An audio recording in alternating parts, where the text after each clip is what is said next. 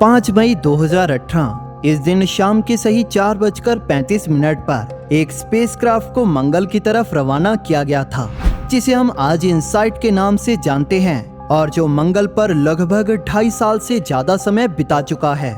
जहां इस साल नासा का परसेवरेंस रोवर भी मंगल पर पहुंच चुका है। इसके बावजूद भी नासा का इनसाइट मिशन अपने आप में बेहद खास है। इस मिशन के खास होने के साथ साथ इसके द्वारा की गई डिस्कवरीज और भी बेहद खास हैं और इन्हीं डिस्कवरीज के बारे में हम जानेंगे आज की इस वीडियो में। दोस्तों, इनसाइट की डिस्कवरीज के बारे में जानने से पहले हम जानते हैं नासा के इस इनसाइट मिशन के बारे में।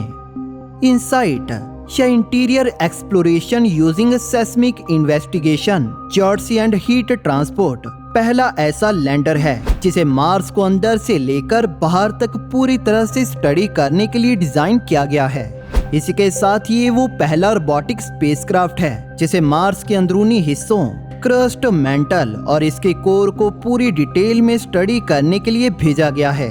दोस्तों, मंगल के अंदरूनी हिस्सों के बारे में जानने से हमें हमारे सौरमंडल के अंदरूनी हिस्से में बने सभी चट्टानी ग्रहों के बनने से जुड़े कई सवालों के जवाब मिल सकते हैं। मंगल के अंदरूनी हिस्सों को स्टडी करने के साथ साथ इसे मंगल की टेक्टोनिक एक्टिविटीज और मंगल पे होने वाली उल्काओं की टक्कर को मेजर करने के लिए भी तैयार किया गया है। इन सभी चीजों के बारे में जानना ही इस इनसाइट मिशन का मेन गोल है। दोस्तों, 2.5 साल तक मंगल पे रहने के बाद इस इनसाइट से जुड़ी कई अपडेट्स हैं, जिनमें से कुछ अच्छी हैं तो कुछ बुरे। आइए पहले जानते हैं इससे जुड़ी बुरी अपडेट्स के बारे में। इनसाइट लैंडर में लगे HP क्यूब इंस्ट्रूमेंट के मिशन को ऑफिशियली खत्म कर दिया गया है। दोस्तों, अगर आप जानते नहीं हैं कि HP क्यूब इंस्ट्रूमेंट क्या है, तो ये इंस्ट्रूमेंट एक ऐसा प्रोब है जिसे मंगल की सतह के अंदर जाने के लिए डिजाइन किया गया था और जिसको मंगल की सतह में लगभग 5 मीटर तक अंदर जाने के लिए डिजाइन किया गया था और 5 मीटर की उस गहराई पर जाने के बाद ये अपने आसपास के हिस्सों के टेम्परेचर्स की रीडिंग लेता। अलग अलग गहराई पर मिलने वाले अलग अलग टेम्परेचर्स वैज्ञानिकों की मदद ये समझने में करते कि कैसे मंगल के अंदरूनी हिस्से से हीट मंगल से बाहर निकल रही है। मंगल के बारे में ये पता लगाना कि ये अंदरूनी हिस्सों में कितना ज्यादा गर्म है हमारे लिए लगभग नामुमकिन काम है और इसी काम को करने के लिए HP क्यूब इंस्ट्रूमेंट को बनाया गया था। लेकिन ये HP क्यूब इंस्ट्रूमेंट मंगल की सतह की ज्यादा गहराई तक जा नहीं पाया। मंगल पे लगभग 2.5 साल बिताने के बाद भी ये इंस्ट्रूमेंट मंगल की सतह में ज्यादा नीचे जा नहीं पाया। इसे सही से काम करने के लिए नासा इनसाइट लैंडर की रोबोटिक आर्म की मदद भी ली गई, लेकिन उससे भी कोई खास रिजल्ट नहीं मिला और लगभग 2 सालों तक इसे मंगल की सतह में भेजने के बहुत सारे अटेम्प्ट्स के बाद नासा ने ऑफिशियली इस इंस्ट्रूमेंट के मिशन को खत्म कर दिया। लेकिन दोस्तों, इस एक इंस्ट्रूमेंट के फेल हो जाने का मतलब ये नहीं है कि ये मिशन ही फेल हो गया। इस लैंडर के साथ साथ और 2 इंस्ट्रूमेंट्स को भी भेजा गया है और जो पूरी तरह से कामयाब रहे हैं और उन्होंने बेहद खास डिस्कवरीज की हैं। दोस्तों, हम बात करते हैं अच्छी अपडेट्स की। तो पहले इस मिशन की लाइफ को 2 साल रखा गया था और ये ऑफिशियली 2020 के अंत में खत्म होने वाला था। लेकिन जैसे कि हम सभी जानते हैं कि इनसाइट मिशन अभी भी काम कर रहा है। इसका मतलब ये है कि नासा ने इस मिशन की लाइफ को बढ़ा दिया है।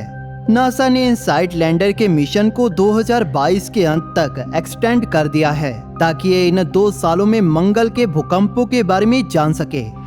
दोस्तों, अब हमने इस मिशन से जुड़ी बड़ी अपडेट्स के बारे में तो जान लिया है, तो इसीलिए अब हम बात करते हैं कि इस इनसाइट ने मंगल पे क्या कुछ खोजा है और इसकी मेजर डिस्कवरीज क्या क्या हैं। दोस्तों, हमें इनसाइट की इन डिस्कवरीज को समझने के लिए थोड़ी जियोफिजिक्स समझनी होगी। अगर आसान भाषा में बात करें तो स्पेशली हमें क्वेक्स के बारे में समझना होगा। क्वेक्स के बारे में सुनने पर हमारे ध्यान में पृथ्वी के अर्थक्वेक्स आते हैं, लेकिन आपको जानकर हैरानी होगी कि ये क्वेक्स हमें पृथ्वी के अलावा चांद और मंगल पर भी देखने को मिलते हैं, जिन्हें हम मून क्वेक्स और मार्स क्वेक्स कहते हैं। आमतौर पर ये क्वेक एक सतह के अंदर रिलीज हुई एनर्जी के बारे में हमें बताते हैं। हालांकि वो एनर्जी रिलीज कैसे हुई ये उस खगोलीय वस्तु के इंटीरियर पर डिपेंड करता है। अगर हम बात करें हमारी पृथ्वी की, तो यहाँ पर अर्थक्वेक्स टेक्टोनिक प्लेट्स के हिलने की वजह से पैदा होते हैं वैसे ही चांद पर ये क्वेक्स मेटियोर्स के टकराने की वजह से और मंगल पर शायद ये इसकी सतह के सिकुड़ने की वजह से पैदा होते हैं। लेकिन फिर भी ये सभी क्वेक्स एनर्जी के रिलीज होने की वजह से ही बनते हैं, जो बिल्कुल शांत पानी में पत्थर के गिराने पर बनने वाली लहरों के जैसा है। इस तरह से ये क्वेक्स प्लैनेट में वेव्स का निर्माण करते हैं। लेकिन इन क्वेक्स से पैदा होने वाली ये वेव्स भी कई तरह की हो सकती हैं, जो इसे और भी ज्यादा कॉम्प्लिकेटेड बना देती हैं। दोस्तों, हम इन वेव्स को दो मेन टाइप में डिवाइड कर सकते हैं, जो है बॉडी वेव और सरफेस वेव। इसके बारे में हम ज्यादा डिस्कस ना करते हुए हम इन क्वेक्स से जुड़ी एक आखिरी चीज के बारे में जानते हैं, जो है क्वेक्स का मैग्नीट्यूड। हमें अक्सर सुनने को मिलता है कि वहाँ पर इतने मैग्नीट्यूड का भूकंप आया। तो बेसिकली ये एक लॉगरिथमिक स्केल है, जिससे हम भूकंप की पावर को मेजर करते हैं। आपकी स्क्रीन पर दिखाई दे रही इस इमेज से आप और बेहतर तरीके से इस मैग्नीट्यूड को समझ सकते हैं। अब हम बात करते हैं कि कैसे ये सब जो हमने जाना है वो कैसे नासा इनसाइट की डिस्कवरी से जुड़ा है। मंगल पर 2.5 साल बिताने के बाद इनसाइट ने मंगल पर लगभग 500 से भी ज्यादा मार्स क्वेक्स को डिटेक्ट किया है, और जिनका मैग्नीट्यूड लगभग 3.7 या इससे भी कम रहा था, जो कि काफी ज्यादा खास है, क्योंकि पृथ्वी पर आया कोई 3.7 मैग्नीट्यूड का भूकंप हमें महसूस तो होगा, लेकिन ये हमारे लिए ज्यादा खतरनाक नहीं होगा। दोस्तों, उन मार्स क्वेक्स को वैज्ञानिकों के लिए खास बनाने वाली बात ये है कि वैज्ञानिकों का मानना था कि मार्स काफी ज्यादा शांत है, यानी कि ये काफी कम जियोलॉजिकली एक्टिव है। इस वजह से इन मार्स क्वेक्स का ये मैग्नीट्यूड और इनका इतनी ज्यादा मात्रा में मिलना वैज्ञानिकों के लिए एक काफी बड़ी डिस्कवरी है। वैज्ञानिकों का कहना है कि इस मिशन की 2 साल के एक्सटेंड किए जाने की वजह से हो सकता है कि हमें जल्द ही इससे भी ज्यादा मैग्नीट्यूड के भूकंप मंगल पे देखने को मिल जाएं। इस मार्स क्वेक से जुड़ी एक बेहद खास और रहस्यमयी बात यह है कि नासा के इनसाइट मिशन ने इनमें से किसी भी भूकंप के सरफेस वेव को अभी तक डिटेक्ट नहीं किया है, हालांकि जो आने वाले 2 सालों में बदल सकता है। इन मार्स क्वेक्स की सरफेस वेव को ना देखते हुए कुछ वैज्ञानिकों ने थ्योरीज भी दी है, जिनमें से एक के अनुसार जहां पर मार्स इनसाइट लैंडर है वहां की क्रस्ट काफी ज्यादा टूटी फूटी है, जिस वजह से उस एरिया में कोई सरफेस वेव नहीं बन पा रही। और वहीं और थ्योरीज के अनुसार ये क्वेक्स मंगल की सतह के बेहद अंदर बन रहे हैं, जिसकी वजह से इसकी सरफेस वेव को खोजना काफी ज्यादा मुश्किल होगा। वहीं कुछ वैज्ञानिकों का कहना है कि इन क्वेक्स का निर्माण मंगल ग्रह की सतह के नीचे बहने वाले मैग्मा की वजह से हो रहा है, लेकिन जिसके ऐसा होने के लिए मैग्मा की काफी बड़ी अमाउंट लगेगी, जो शायद ही मंगल पे मौजूद हो। हालांकि ये भी एक पॉसिबिलिटी हो सकती है, और अगर मंगल पे मैग्मा की इतनी ज्यादा मात्रा मौजूद हुई तो ये मंगल से जुड़ी हमारी राय को पूरी तरह से बदल सकती है। इसी के साथ इनसाइट ने मंगल पे एक और खोज की, जो है कि मंगल के विंडी सीजन के दौरान मंगल की हवाओं ने काफी ज्यादा नॉइस पैदा की, जिसकी वजह से इनसाइट में लगे बहुत सेंसिटिव सिस्मोमीटर को इन हवाओं और भूकंपों के बीच फर्क पता नहीं लगा, और नासा को भूकंपों को डिटेक्ट करने के दौरान बहुत ज्यादा दिक्कत आई।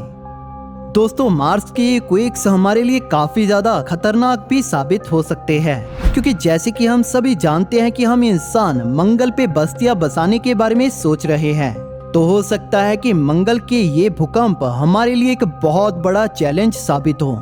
इसीलिए इनके बारे में वहां जाने से पहले जानना हमारे लिए काफी ज्यादा जरूरी है। दोस्तों, मेरा मानना है कि मंगल के इन भूकंपों के पीछे मैग्मा का हाथ हो सकता है, क्योंकि हमारी पृथ्वी भी बाहर से देखने पर शांति दिखाई देती है, लेकिन इसकी सतह के नीचे भी बहुत सारा मैग्मा मौजूद है। दोस्तों, आपका क्या कहना है मार्स के इन क्वेक्स और नासा इनसाइट की इन डिस्कवरीज के बारे में? हमें कमेंट सेक्शन में जरूर बताइए। दोस्तों, अगर आपको आज का ये वीडियो पसंद आया तो इसे लाइक और शेयर जरूर करें, और हमारे चैनल को सब्सक्राइब करना बिल्कुल भी ना भूलें, ताकि नई वीडियोस की नोटिफिकेशन अपलोड होते ही मिल जाए। Thank you for watching. दोस्तों, इस वीडियो को अंत तक देखने के लिए आप सभी का धन्यवाद।